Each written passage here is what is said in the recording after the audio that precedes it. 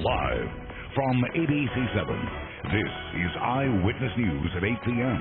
on LA56. Grim news about the fate of 43 Mexican college students missing for 5 weeks. Authorities say they were victims of mass murder.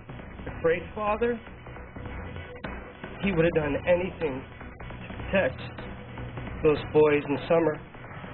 Emotional reaction from relatives of a family of 4 murdered and buried in the desert. The arrest of the suspect is welcome but renews their grief. The president authorizes more troops to Iraq in the fight against ISIS. The deployment is in tandem with a request for billions from Congress. Good evening, I'm David Ono. And I'm Colleen Sullivan. Welcome to Eyewitness News on LA56. A heartbreaking revelation out of Mexico where it appears 43 students missing since late September are the victims of mass murder.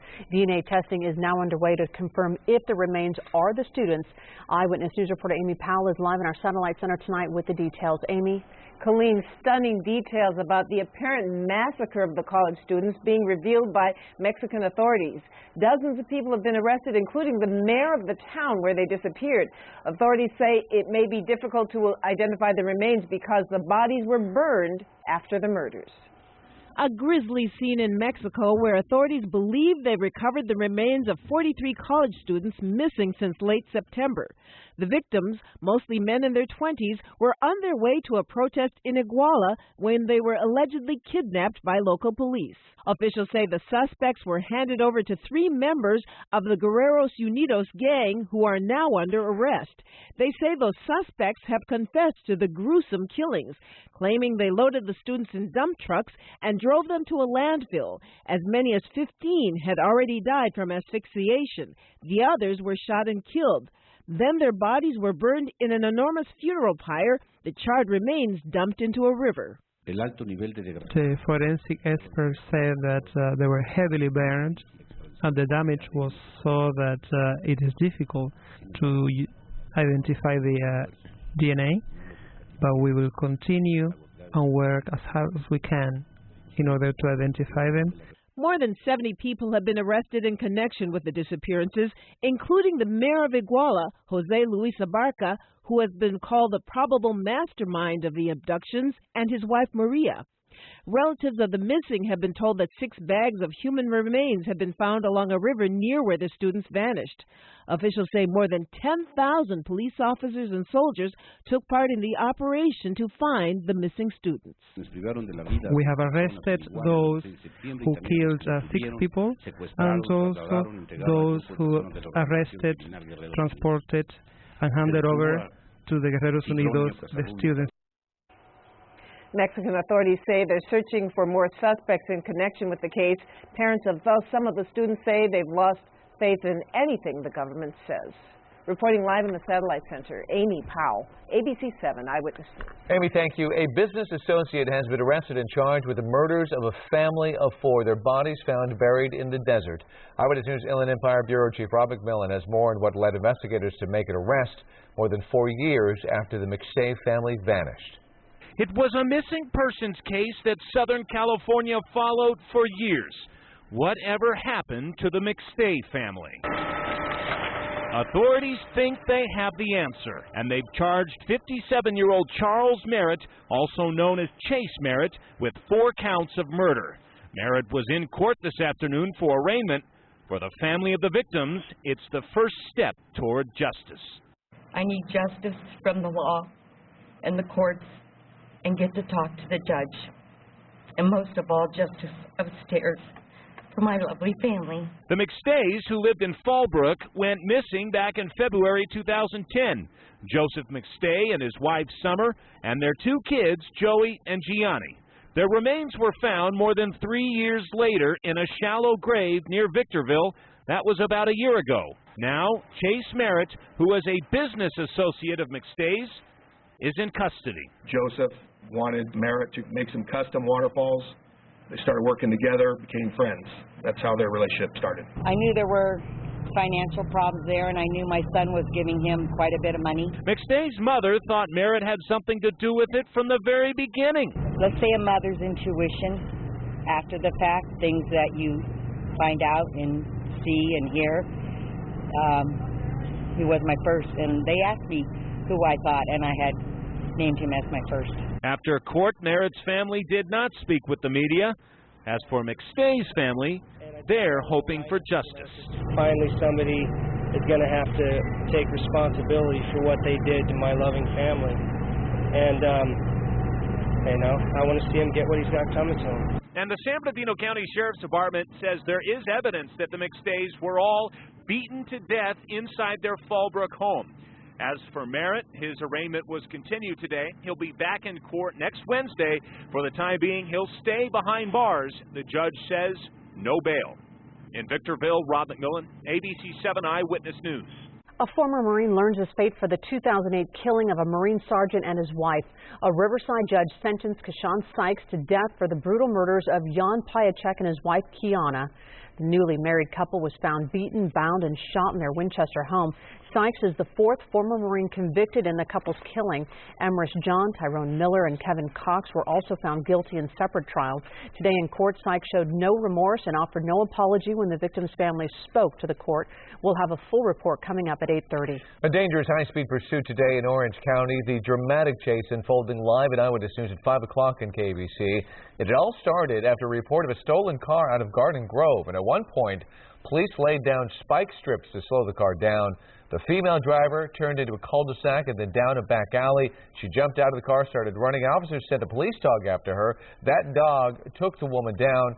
She was taken into custody. No officers were hurt in this pursuit. If you're heading to Riverside this weekend, you could be facing some serious traffic troubles. Bill Thomas is live at Air 7 HD with details on the reason why. Bill? David, this is the area to avoid all weekend long. This is the Riverside Freeway at 14th, right by the Riverside City College campus.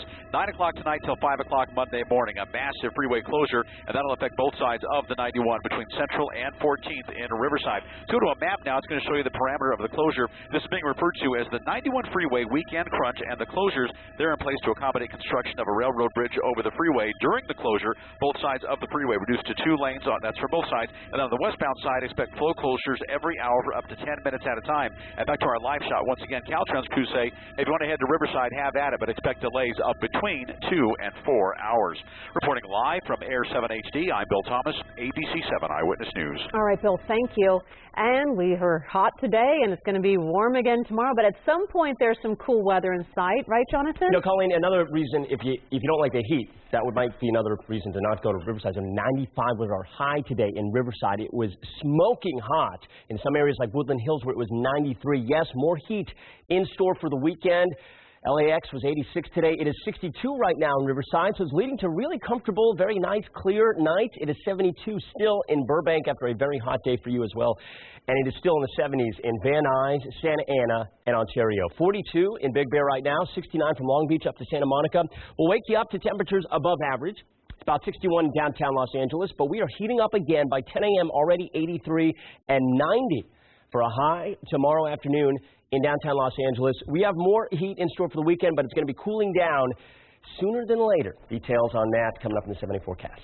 All right, Jonathan, thank you. Yep. The U.S. is ramping up the fight against ISIS. Today, President Obama authorized the deployment of as many as 500 more troops in Iraq, and he's asking Congress for billions to stop the terror campaign. Eyewitness News reporter Alex Michelson has details on the troops' mission. The White House is sending 1,500 more troops to Iraq, tasked with training Iraqi forces to battle ISIS. Secretary Hagel made this recommendation to the president based on the request of the government of Iraq, U.S. Central Command's assessment of Iraqi units, the progress Iraqi security forces have made in the field, and in concert with the development of a coalition campaign plan. The White House insists these are non-combat troops, but they will be stationed outside the relatively safer cities of Baghdad and Erbil, in territory where ISIS is stronger. Their job? Train 12 Iraqi brigades. It's not mission creep at all. Mission creep is when the mission changes or morphs into something that it didn't originally start out to be. It was June when the White House announced only 300 troops would be sent to Baghdad. That would grow to 1,600 U.S. troops. In August, the U.S. launched airstrikes in Iraq. In September, airstrikes began in Syria. Now, these additional 1,500 trainers, with the possibility that more could be added. Well, I want to thank the leadership of both the House and the Senate. President Obama welcomed congressional leaders to the White House today and briefed them on ISIS. We've got to make sure that our efforts against ISIL are properly funded. The president is asking Congress for nearly $6 billion to support the fight against ISIS. Republicans haven't signed off yet. So they said they were going to make a proposal, so we'll have appropriations look at it. Meanwhile, the president continues to try and expand the international coalition. The president even wrote a letter to the supreme leader of Iran asking him for help fighting ISIS. Alex Michelson, ABC7 Eyewitness News. So far, there has been no word from the supreme leader of Iran, but the Pentagon says Denmark agreed to send trainers to help with the mission. President Obama has chosen a federal prosecutor in New York to become the next attorney general. The president intends to nominate Loretta Lynch to replace Eric Holder, who announced his resignation in September. If Lynch is confirmed, she would become the first female African-American U.S. attorney general. The formal announcement is planned for tomorrow at the White House. The U.S. Supreme Court is once again taking up the constitutionality of Obamacare. Justices will determine if a key part of the Affordable Care Act is constitutional. They'll look specifically at tax credits that pay part of the mandated coverage. This is the third time the Supreme Court has looked at Obamacare. A ruling is expected next June. Up next in Eyewitness News, this exclusive. She was my daughter's best friend. She almost committed the perfect crime. An outraged mother, her daughter's killer, is free and looking to cash in how she almost got away with murder. Plus, tonight we're learning the results of Robin Williams' autopsy and this story. There was a man in my home, and he took my 5-year-old daughter, and I happened to wake up, and he had my daughter outside. A horrified mother calls 911 after a stranger manages to abduct her 5-year-old daughter from their home.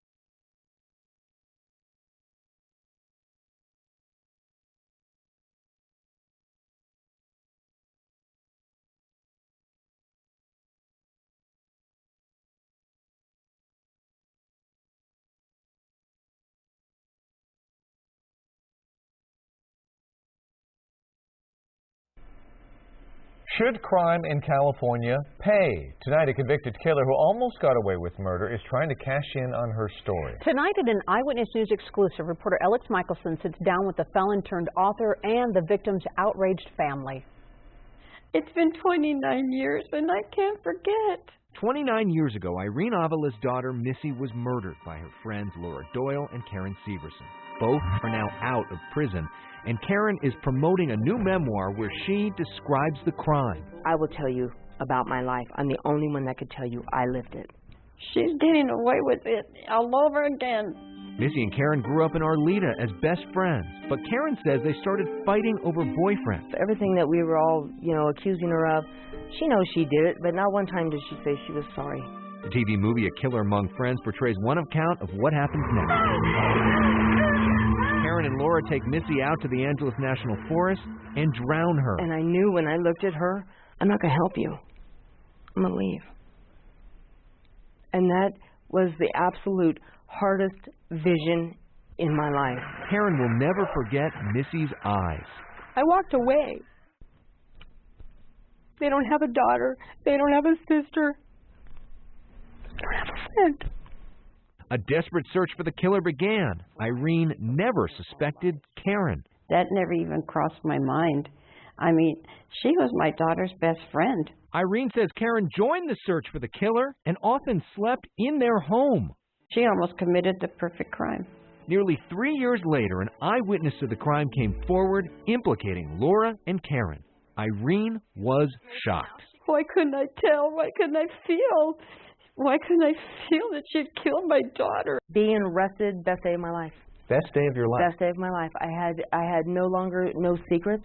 In 1990, Karen and Laura were convicted of second-degree murder. Despite Irene's objections, Karen was paroled after 21 years. She now works as a telemarketer and says she's donating a portion of her salary, book sales, and possible proceeds from an upcoming documentary to an anti-bullying organization. Donate everything? I didn't say everything. I have to live, and it's hard to get a job out there. What do you say to somebody who says there are other ways to make money? Like what? Sell myself? Missy's sister-in-law, Siobhan, is outraged. When I first found out about Karen's book, it felt like a sock in the gut. She's now pushing what she calls Missy's Law, which would make it illegal for convicted criminals to profit from telling their stories in California. We teach our children that crime doesn't pay, but in California it does pay. You're a mother. If somebody killed your daughter or participated in the murder and then wrote a book about it, could potentially make money off of that book, how would you feel about that? Well, it depends on what the book said. Missy's family is now working on their own documentary and don't want to ever speak to Karen again. My life has changed. I'm not out to hurt people. I'm out to help. And I'm doing that in memory of Missy. Tell her to go to hell. We actually had something similar to Missy's Law, barring criminals from profiting from their crimes here in California. It was called the Son of Sam Law, but it was overturned because of First Amendment issues. There are currently Son of Sam laws in place in several other states. Reporting from the newsroom, Alex Michaels, ABC7 Eyewitness News. And now we're going to check in with meteorologist Jonathan Novak. Jonathan, again, you were talking about some big-time heat tomorrow. Big-time heat. Was today big-time heat? Because we're going to have more of today. If that's what you consider, yeah, that we've got more of it ahead, unfortunately, Colleen. It has been really hot. The good news is it is really nice in terms of the weather overall, and we have really nice time lapses like this one out of LAX as the moon is rising over some of the setting airplanes here at the end of the day. That's really nice. Okay, so our high today in downtown LA, as Colin was mentioning, it was hot again, 89. It was a touch cooler than yesterday. 75s are normal. Normally, we're right in the mid-70s in downtown, and tomorrow, once again, we're going to be right around 90 degrees.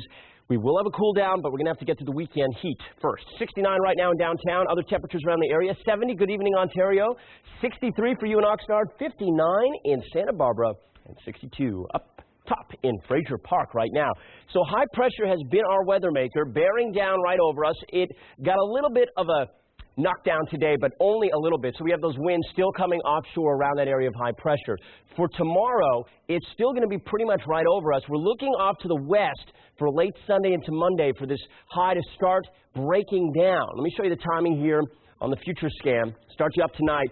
Look for how amplified, is what we say here, this ridge of high pressure is. On Saturday, it's basically the same as today, very much right over California. On Sunday, near the mid to late portion of the day, it starts to buckle down, you see here, as this trough of low pressure off to the west influences it. And by late Sunday, we see that high really breaking down and weakening. Finally, by Monday, we'll see the cooler air as a result. So we get 2 more days here of this kind of heat before things get back closer to average. 90 tomorrow in Los Angeles, 91 in Northridge, 90 in Encino, 82 at the coast, Redondo Beach down to Huntington Beach and Dana Point, 91 in Riverside, where it was really hot today. It'll be really hot again tomorrow. 91, by the way, in Palm Springs. Here's that 7-day forecast. LA Metro and Orange County powered up by AccuWeather. Tomorrow and Sunday, well above average. Finally back closer to average on Monday and at or below that average on Tuesday on. So finally, By Monday, Tuesday, we're looking at temperatures closer where they should be. 2 more days in the valleys, i.e. 91 down to 87 Saturday and Sunday, dropping down way down to 80, and then 74 Monday and Tuesday. The mountains, really nice, very pleasant, almost perfect, you might say, on Sunday, 70 degrees. A few high clouds on Monday, breezy and much cooler Tuesday and Wednesday, only 59 for a high on Wednesday. And then the 7-day forecast for the high deserts. A couple days around 81, breezy and cooler Tuesday and Wednesday. The heat's still on, guys. Still talking about it. A couple more days. Can't believe it, Jonathan. Thank you. Yep. An autopsy on actor Robin Williams found no alcohol or illegal drugs in his system at the time of his death. The coroner ruled his death a suicide that resulted from asphyxia due to hanging. Williams was found in the bedroom of his Tiburon home in the morning of August 11th. His wife says the 63-year-old was struggling with depression, anxiety, and a recent Parkinson's disease diagnosis. An intruder gets very close to abducting a 5-year-old girl from her home. The girl's father managed to stop the kidnapping and rescue his daughter right out of the suspect's arms as he bolted across the lawn. This happened in Sandy, Utah, a suburb just south of Salt Lake City. Tonight, the 911 call made from the girl's distraught mother. There was a man in my home, and he took my 5-year-old daughter. A frantic mother, breathing heavily, struggles to tell the 911 operator that an intruder attempting to kidnap her 5-year-old daughter was caught by her husband in just the nick of time. He happened to wake up, and he had my daughter outside, and my husband ran out there and got him from her. With the little girl safely back inside her home, the mother can't shake the traumatic moments. But he came in my home, my daughter's in the basement, and took my daughter out of the basement. So you do have your daughter back now? Yeah, he went and grabbed her, but he's out there somewhere. As Sandy, Utah police fan out to track down the suspect, nearby neighbor Tina Olson, getting ready for work, had the shock of her life when she saw a man hiding inside her basement. When I went downstairs, I looked over to see if the dog was over where she's supposed to be, and there was a man that was kind of just crouched up. Police arrested 48-year-old Troy Morley. The mother of the little girl who was nearly kidnapped tries to figure out how the suspect gained access into her home. I don't know how he got in here. We must have fallen asleep with the door unlocked, but for him to come in here and have gotten to my children.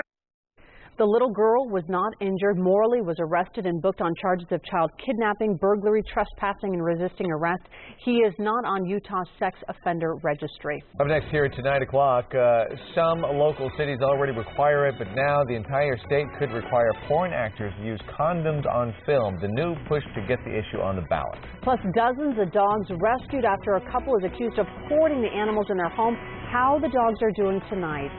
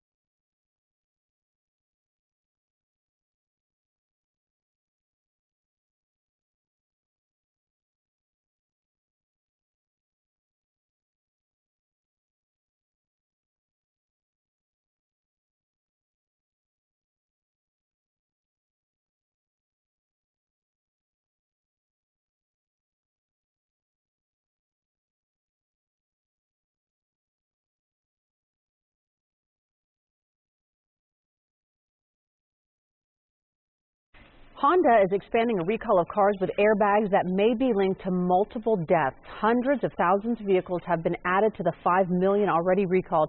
They include pre-2006 Accords, Civics, and CR-Vs that were sold or registered in states that typically have high humidity. While that does not apply to California, a used vehicle could have come from one of those states. When the airbags are deployed, high humidity can cause rupture that sends metal shards into the passenger compartment. So far, 4 deaths have been tied to the defective bags. Should condoms be required for all adult films shot in California?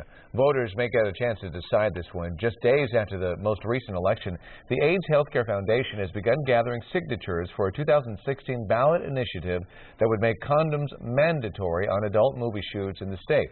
Some members of the adult film industry argue that condoms are not necessary because actors are regularly tested for sexually transmitted diseases. But today, several performers who are HIV positive spoke out in favor of the initiative. Being tested was helpful in diagnosing me with HIV. It was not prevention. Testing is not prevention. Condoms are prevention. The AIDS Healthcare Foundation sponsored a similar condom requirement that voters in Los Angeles County approved 2 years ago. We're updating the evening's top stories next here at 8:30. Including horrific news about 43 Mexican college students missing for weeks and now confirmed victims of mass murder. And this. I know it's not going to bring them back, but I don't want this to happen to another family. Sentenced to death, a former Marine learns his fate for the brutal 2008 murder of a Marine sergeant and his wife.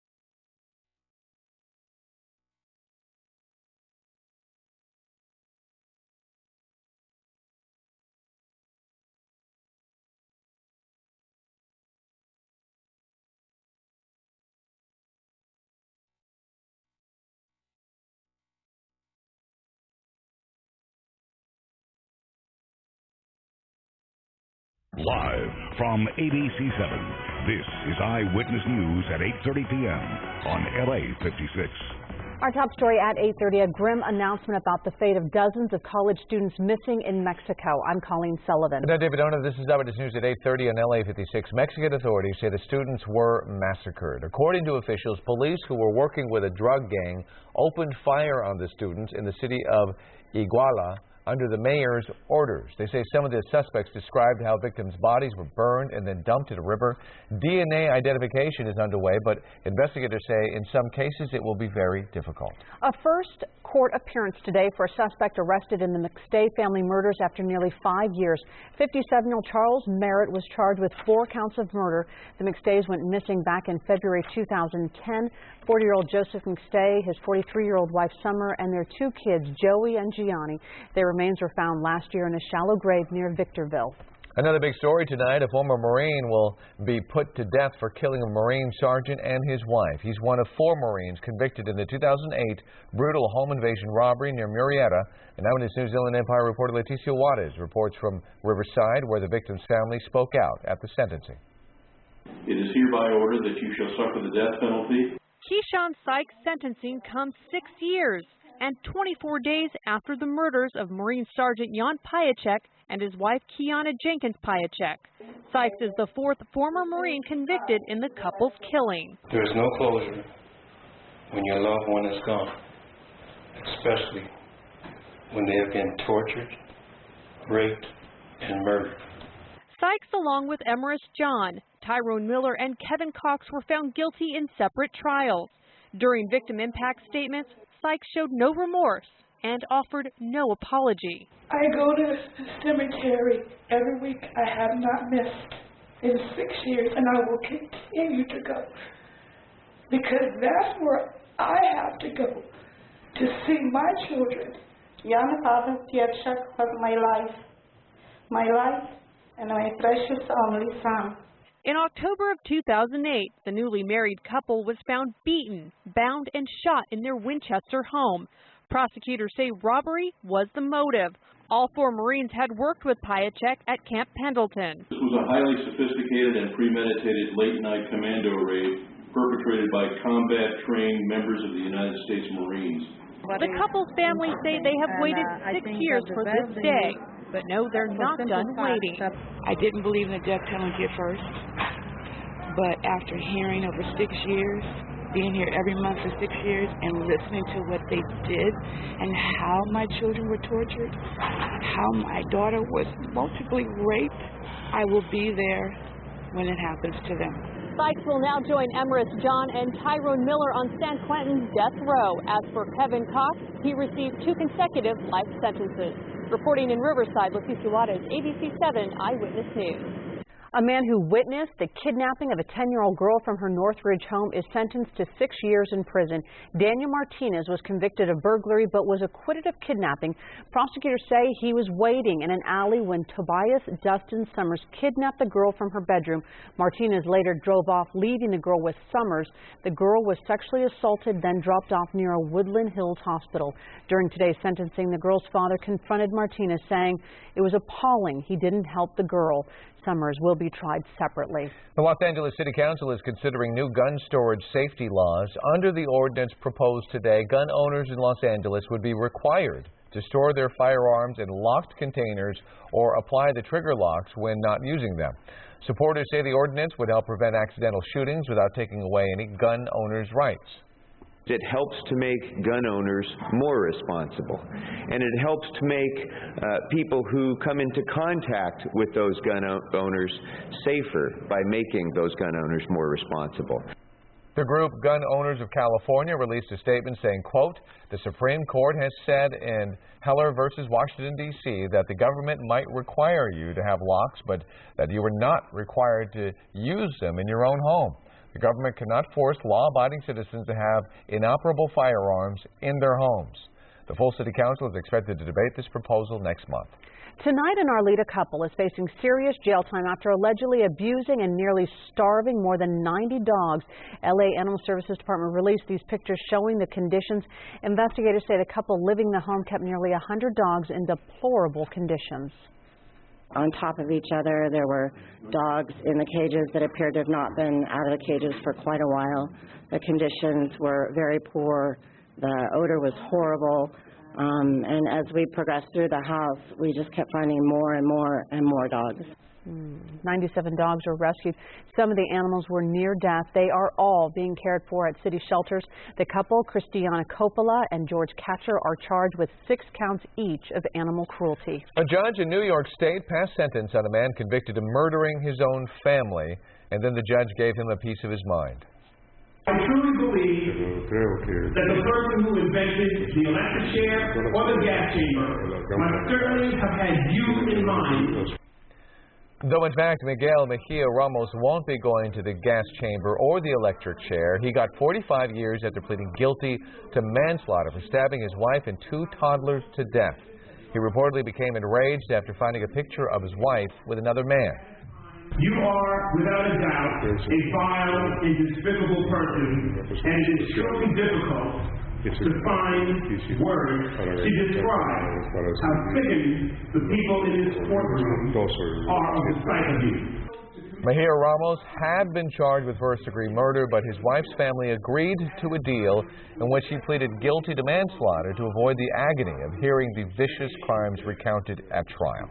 New clashes today between Palestinians and Israeli police amid rising tensions over the Jerusalem shrine.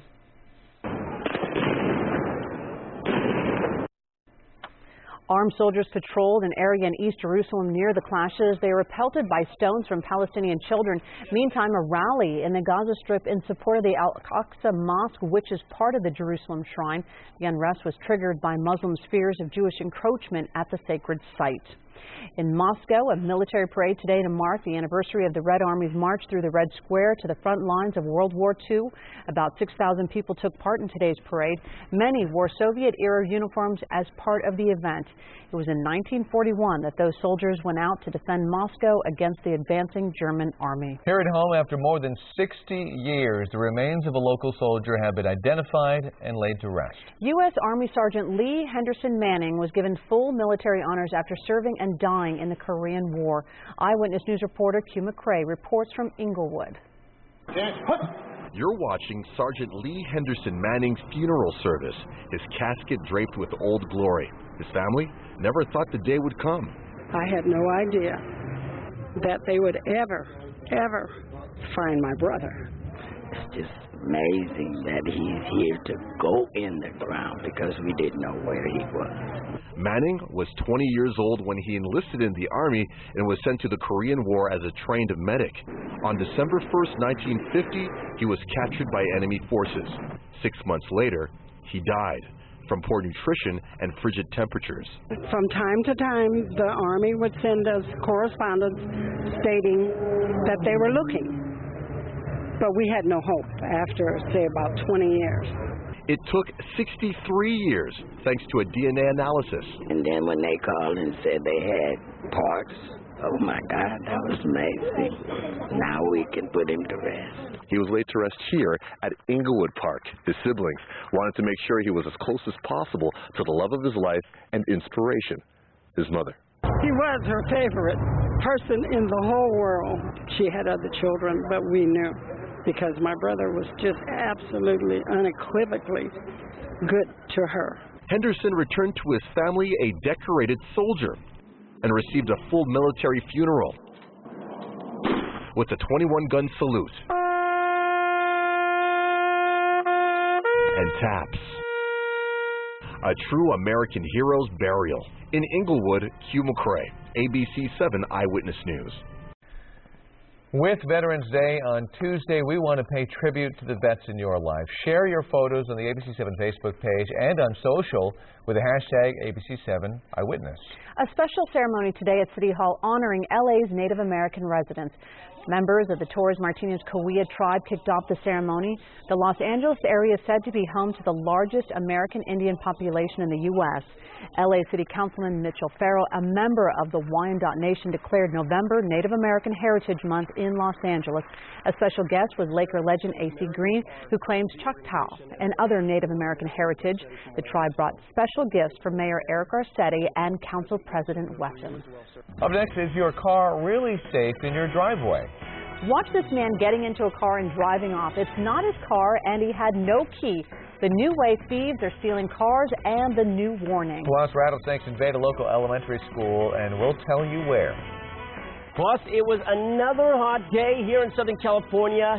Will it last the weekend? I'll tell you about that. There's a cool gap that's in store for your 7-day forecast. Details ahead.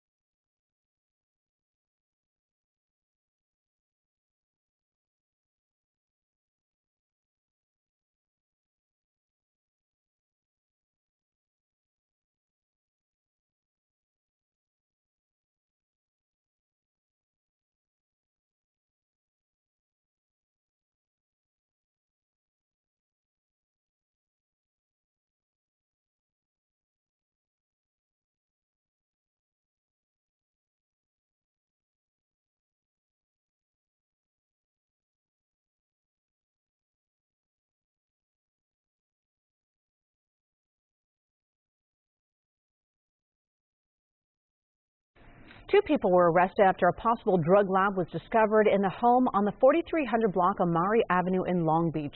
Officers were investigating a strange odor coming from the home early this morning. When they arrived, they found chemicals that may be associated with a drug lab. Several homes in the area were evacuated while a hazardous material team cleaned up the site. Edwin Van and Vernon Thomas were treated at the hospital for chemical exposure and then arrested. Tonight, the high-end car theft ring busted in Florida. The thieves were caught on camera stealing expensive vehicles out of the driveway. Every 26 seconds, a car is stolen in America. And ABC's Matt Gutman shows us why it may be easier than ever before. This surveillance video shows the man in white casually slipping into this $125,000 Mercedes SUV, effortlessly starting it, as we do every day. Problem is, it's not his car. Watch as they dismantle the gate and roll out.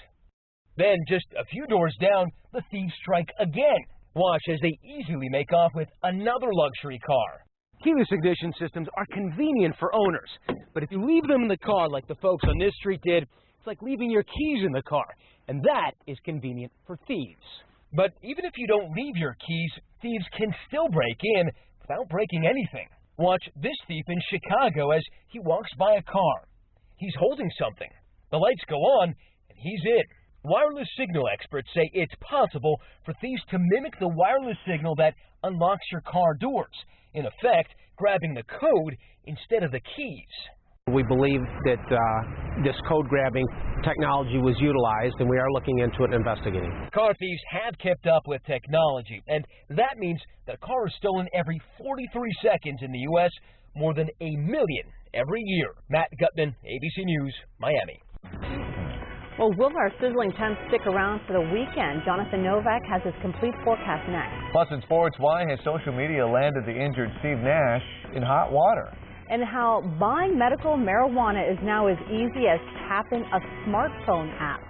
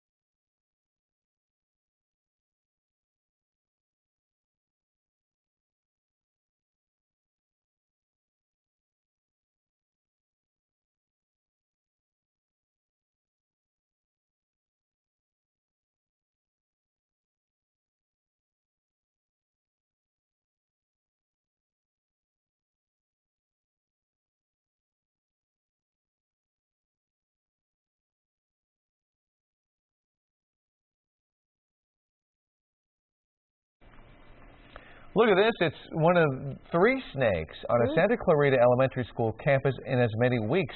All the snakes were juvenile, about 10 inches long, and were found at Valerio Elementary School. Maintenance workers have set up traps to eliminate a food source that might lure these snakes, but still scary. Yeah, and it's warm. That's why we're seeing so many of these snakes coming out. Great point. Exactly what I was going to say. So now I've got nothing else. Yeah. That's all I was going to say. That's all right. That's all right. Hopefully we'll have some good points to make here with the forecast heading into the weekend, because we've got more heat ahead. When does it finally cool down? When do these snakes say, hey, it's too cold, let's stay in the ground for a little while? Well, we've got a couple of days for the heat to stick around before the cooler weather shows up. And, you know, what would be really great is if we had some rain. That'd be fantastic. 5 megadoppler, 7000 HD showing a dry picture tonight, and it's going to stay that way. We do have some clouds in the forecast, some extra moisture to finally move in. It's going to be a while, though, 4 or 5 days before that happens, and I'll show you that in a moment. Woodland Hills, it was 93 today. Riverside was the hot spot at 95. Monrovia, 91.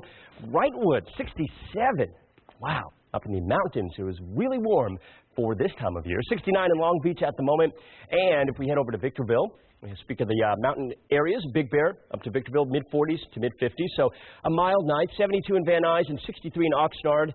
Hello, Ojai, 69 for you, 71 in Hemet and Palm Springs. High pressure, you know it, is our weather maker, and it's going to continue to be our weather maker for a couple more days. We get those offshore winds right down the mountains, those Santa Anas and the mild Santa Anas over the next couple of days, but it's going to keep us pretty warm with high pressure right over us. And what we see is those clear skies, any cloud cover, any moisture riding up and over that area of high pressure. And so over the next couple of days, that's going to stay that way before this happens. In the future scan, you'll see Saturday into Sunday, an area of low pressure way off to the west, off in the left part of your screen. That's going to help to start breaking that high down as energy rides up and over that ridge. Sunday, 2 p.m., you see it's a little bit weaker, right? It's not as much, you don't see that arc really right over the state. And by Monday afternoon, it's really weakening, and the temperatures as a result are starting to cool down finally. So we've got to wait until about Monday and especially on Tuesday. The day planner for tomorrow, as a result, warmer than normal in the morning, warmer in the afternoon than normal, 90 for a high, sunny skies, and just hot stuff. I really wish I could tell you we got some fall weather ahead and some rain, but I can't. So 90 in Ontario tomorrow, 82 in Huntington Beach and Redondo Beach and Palmdale, 91 in Palm Springs, 88 Covina, 7-day forecast, LA Metro and Orange County, powered up by AccuWeather, 90, and then we'll cool a tad on Sunday, still warm and still about 10 degrees above average on Sunday, and then finally back close to average on Monday, below average on Tuesday. We'll stay in the 70s from that point on. Here are those clouds and some of that moisture starting on Wednesday, really. Maybe even a little bit of AM fog by the coast on Tuesday, but Wednesday we'll finally start seeing a little bit of cloud cover. Valleys, IE, 91 down to 87 on Sunday, 80 on Monday, and then 70s pretty much the rest of the week. Next Friday we'll have the 80 degrees, but still close to average. Mountains, 2 days of fantastic weather. Almost perfect, yeah, you could call it that. And then 68, fair, mild on Monday, and then down to about 60 or so Tuesday and Wednesday, give or take. Breezy conditions, and in the high desert, nice, 81 for 2 days, and you're down into the 70s Monday on. In fact, you're down into the lower 70s from Wednesday on, a little breezy and some high clouds starting on Wednesday. Enjoy the weekend, enjoy the warm weather while it's here. Hopefully we'll get some fall in there for you sometime soon. All right, Jonathan, thank you. You're welcome. Nearly 2 weeks ago, Lakers guard Steve Nash was ruled out for the season because of a recurring back injury, and he'll still receive his $9.7 million on the final year of his contract. The Lakers hope that he'll eventually spend time mentoring some of the team's younger players. In the meantime, Nash posted this Instagram video of him hitting golf balls. Some Laker fans wondered on social media if he can do that, maybe he should be playing basketball. Byron Scott advises the fans to relax. Nash has removed the video from his Instagram account. On to Orlando, where it was a bad night for one of the Minnesota top players. Ricky Rubio severely sprained his left ankle driving to the paint during the second quarter, and you could tell it really hurt. Rubio spent several moments on the floor before being helped off, and if you're squeamish, don't watch the replay. And watch out. And without Rubio, Minnesota, they lost to Orlando in overtime. Police in Dover, Delaware said today NASCAR driver Kurt Busch has been accused of domestic assault by his former girlfriend. The alleged incident happened inside Busch's motorhome at the Dover Speedway in September. According to police, they are investigating a claim by Patricia Driscoll that Busch smashed her head into a wall during an argument. He has not been charged. Busch's attorney, Rusty Hardin, says his client will be vindicated when the entire truth of the situation comes to light. Driscoll is president of the Armed Forces Foundation, a nonprofit organization for veterans. A spokesman for NASCAR said they won't comment until they have more information on the matter.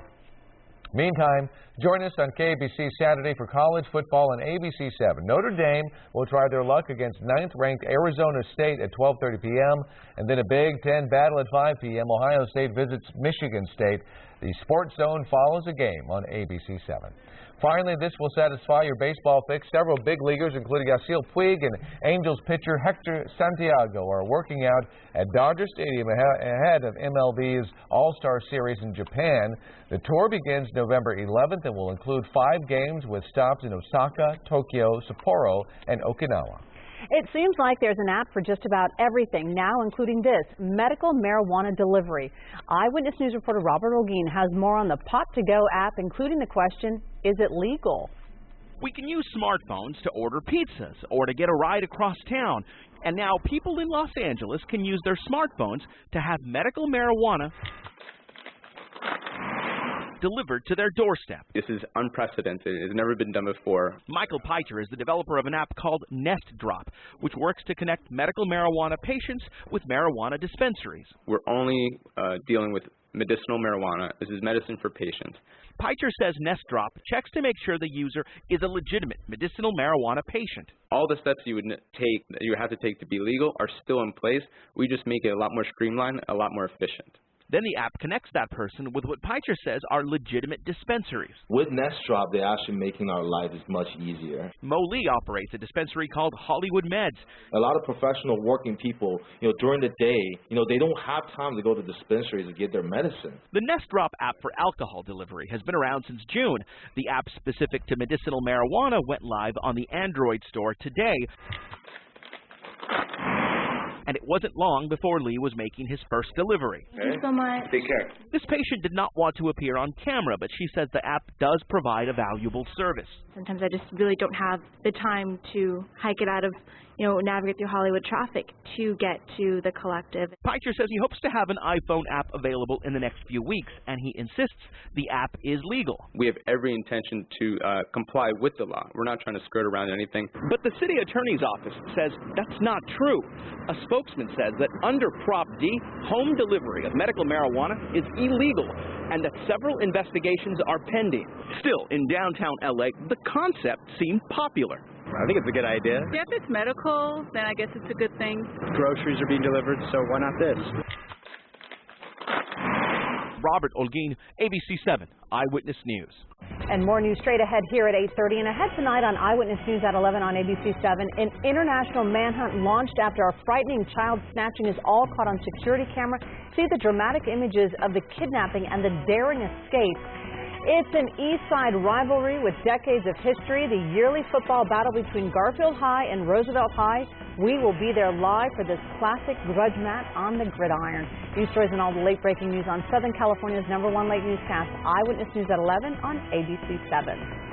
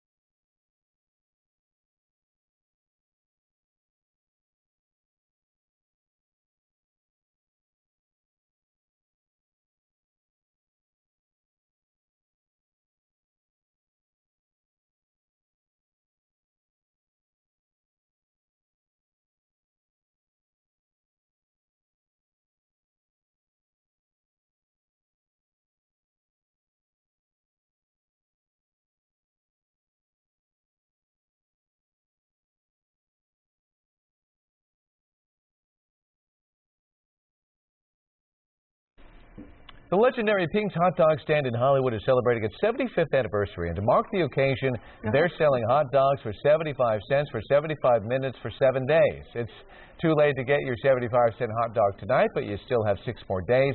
The owner tells us it's their way of giving thanks to the public and for being so nice. Go there next Tuesday. Yes, because George Finocchio is the celebrity who's going to be there. So raising money for charity. Yeah. Have a good night. Bye.